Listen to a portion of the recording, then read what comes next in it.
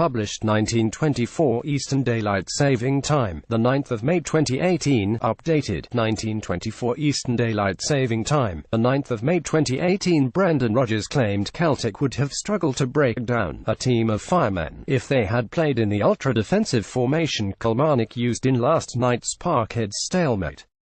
Celtic clocked up a 7th home draw of the season as Rodgers' winless streak against Steve Clarke's men stretched to 3 games.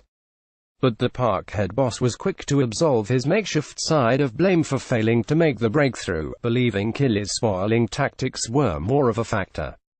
Celtic's Scott Sinclair, number 11, comes close to breaking the deadlock but his shot goes wide. Hoops manager Brendan Rodgers applauds his side at full time as they walk away with a point. It wouldn't matter if you put 11 firemen that deep on a pitch, declared Rodgers. It is always going to be very difficult, and even more so when you have good players who are organised. We didn't have any natural strikers, but we take a point and credit Kilmarnock for defending well. Even if it was not a great game to watch, it is always difficult when you play against that system which is very deep and very low, especially at this stage of the season. If we score, they have to come out and chase the game, with Lee Griffiths recovering from tonsillitis, Odson Edouard out with a hamstring injury and Moussa Dembele wrapped in cotton wool. Rodgers played Patrick Roberts as a central striker, but he admitted the lack of a natural number 9 contributed to his side failing to make the breakthrough. You do need that bit of brightness and cleverness in there, and it didn't come off for us tonight, he added. It was a hindrance for us because I would have played a different shape if I had my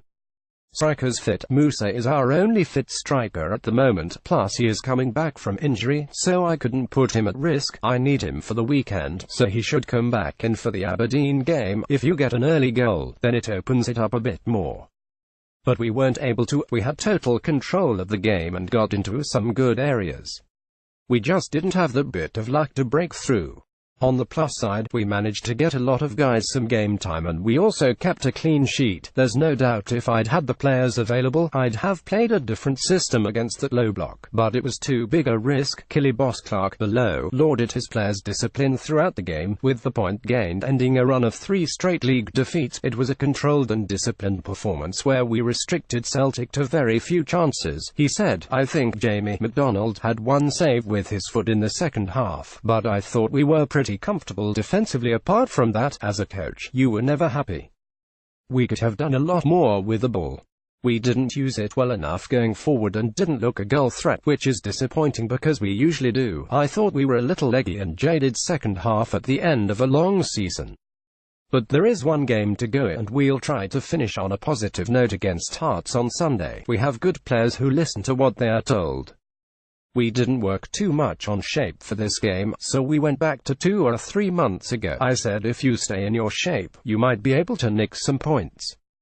We got one. We were missing some players, but it was a chance for some boys who haven't been playing to step up. Stuart Armstrong lays in the goal mouth as the hosts miss another chance to take the lead. Captain Scott Brown pleads innocence as John Beaton checks on Yusuf Mulumbu. Aaron Chibola of Kilmarnock vies with Armstrong at Celtic Park on Wednesday evening. Sinclair tries to beat Stephen O'Donnell in a foot race.